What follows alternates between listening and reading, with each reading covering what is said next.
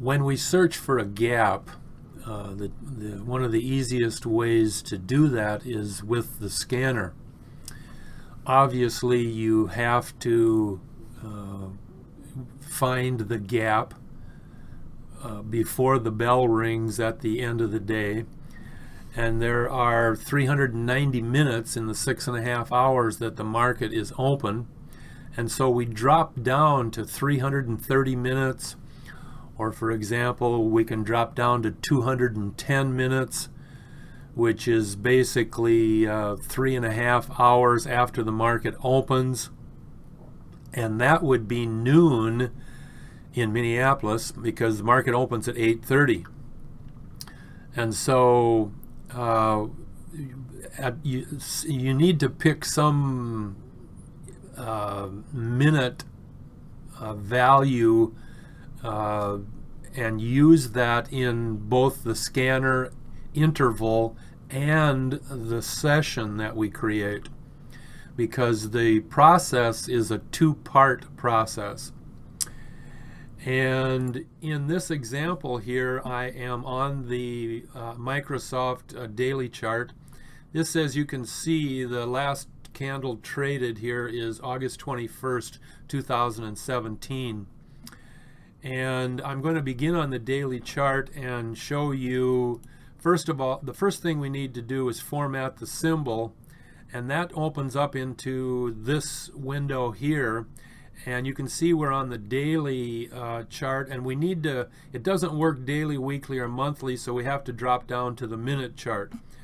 And there I'm just dropping down to the 5-minute chart in this example here. Excuse me. And we're going to go back to formatting the symbol. And from here, we're going to click Properties. And you can see that the session is the U.S. stock market and the post market, or what we refer to as the regular session. If I was on the daily chart, the top button would be black saying we're using the daily chart. So the only way you can get to the custom session with the black button where it is now is to drop down to the minute chart. And so that's why we clicked on a minute chart rather than a daily chart. And then when I open up this here, you can see that I have several sessions already created.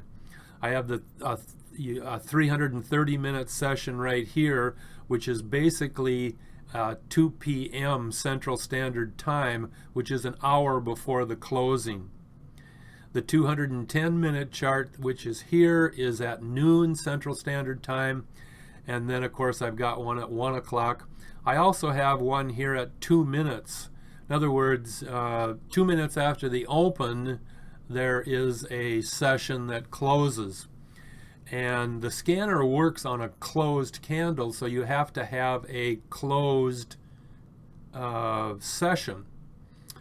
And when I use the example of power red. For example, when power red crosses over 0, once in a while you can get what I refer to as a stagnant candle, and it's a small candle, and then the next day it gets a really big candle.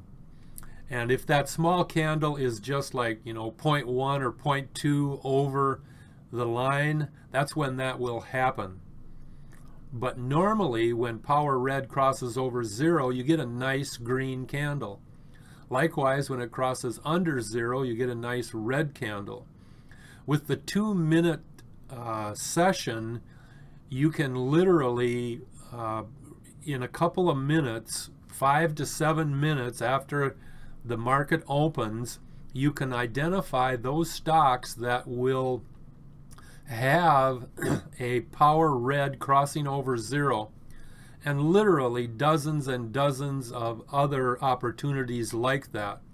So if you find yourself not being able to locate something, or you ran out of time, didn't get a chance to search, this is a real quick method to have something to trade during the day.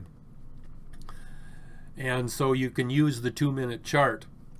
Now, that being said, when you open up this window and you want to create another session, you hit the create button right here, and it opens up with this window right to the left. And I'm going to name another session, and that's going to be a 60-minute session.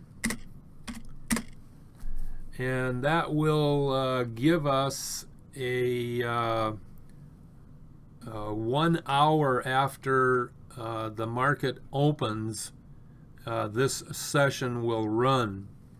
So that is going to be at 9:30 a.m. Central Standard Time. And so that's what that's the name that I'm going to use on this scan. 60-minute, 9:30 a.m. Central Standard Time. We then hit the add button, and we're going to use the same name for the session that we have there so that they match. You don't necessarily have to, but this is the template that was created, and this is the particular session that we're adding. And so it's Central Standard Time. We're going to obviously start out on Monday. The start time is, as most of us know, keep in mind there's a note on the bottom says session times are based on the exchange. So that's 9:30 in New York. And we're going to do that again on Monday, and we're going to close this 60 minutes later, which would mean 10:30 in New York, but it's only going to be 9:30. I'm in Central Time Zone here in Minneapolis, so it is 9:30 as for the end of the session. This box down here has to be checked. It says use this session as the end of trading day marker. That is critical. You have to mark the end of the trading day, because that in essence is what you're doing when you create a session. Because by creating a session, we're going to get a closed candle, and then we'll match that session time on the scanner when we build the scan. And so this we've now created, and we've marked it as the session as the end of trading day marker. We'll then click OK, and then under the add button we have add Monday through Friday, so we'll click that button, and it automatically creates the same thing for all 5 trading days, gives us a scale down below as you can see here. And we can then click OK, and that time, that 60-minute, 9:30 a.m. Central Standard Time session has been created, and it shows up on the grid here on the days and on the time involved. And so we can literally pick any one of those. If you wanted to pick the 330-minute session, that's what that looks like. Or just like we have just created, we have a 60-minute 9:30 a.m. Central Standard Time indicator. Now, obviously, you use whatever name you want to keep track of that. The system, right here down on this note here, session times are based on exchange times. And so even the template is not, the name of it is not the important part. It's how we created it time-wise, and all the times are based on the session. So now we have that template and that particular session built. From here we can go out of the session, and we went in there via the chart. You can go in there through different ways, but now we're going to go into the scanner. As most of you know, this is this here is the scanning window. If you're not familiar with how to get there, you can take this tabs button. I'll move it over here for you. This tabs button is right on the edge, and you can click the tabs button and it opens up into here's the scanner, or if you want time and sales, or the radar screen, the matrix, whatever you want, you then just click that button and that's what ends up there. In this case here, I've opened up the scanner. I'm on trend green, down touch trend pink, and as you can see, there are 24 results on, I probably can just drop this down and then get everything. There's 24 results here in a different format 24 results for the format that we set up, which is trend green down and touch pink, trend pink. And so we have 24 situations where the trend green is down touching the trend pink, which is, most of you probably know that this is a reversal back up probability before we even start looking at the good conditions or the supporting evidence. Now we hit the plus button over on the scan, and that gives us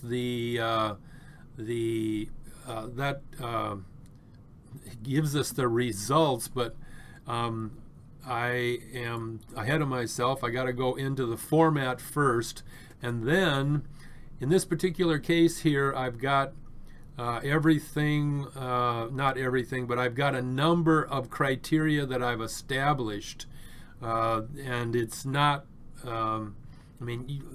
this is switched around a lot, so it's not, it may not be relevant for what and how you're trading, but I've got a volume average 10 days of at least 90,000 shares per day, and I'm displaying the last value in the scanner, and I'm also displaying the range in the scanner. And then I've got the day trading, the DTVB trend green down touch trend pink indicator. You have the opportunity to leave it on trend green or alert, and you always put it on alert, and you always put it on true to get the results when you plug an indicator into your scanner. When you hit the plus button on this, you can see that it's on the daily chart, and it's clocking, it's loading additional data of 51 bars back. And you really don't need over 50 or more than 50, because the 50 moving average, it will go back 50 bars, and there isn't hardly anything that needs more than 50 bars to calculate out of all the indicators that you might be looking at. And so with that in mind, the next step that we need to do is, this is where we change the interval. We are on a daily. If I click the arrow, you can switch it into 30, 60 minutes, and I could do the 60, but I want to go down here and click the interval, because then you can switch it to minute, and you could this is where you could type in 330 minutes or any number of minutes that you choose. But you got to go down to more intervals, or more at the bottom line of that last window.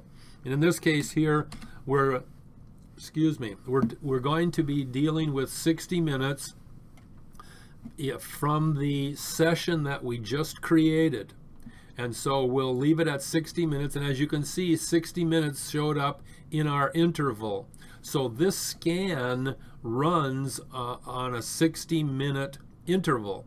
We're gonna hit the line again and close that back up, and so now this scan is set on the 60-minute interval, and we can literally run it or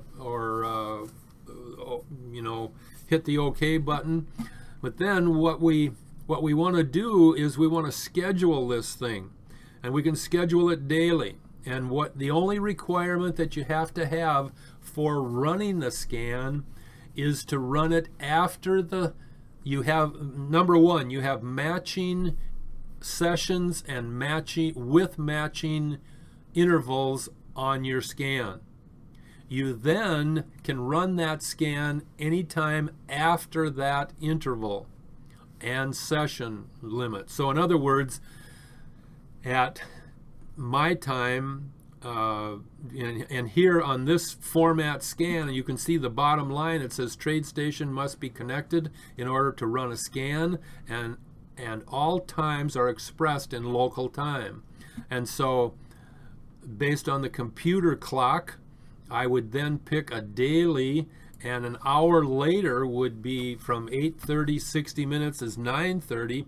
So if I type in 9:32, and it's going to obviously be AM, this scan is going to run, it's going to run each day at 9:32 AM. So in other words, right after the session closes the bell or closes the candle.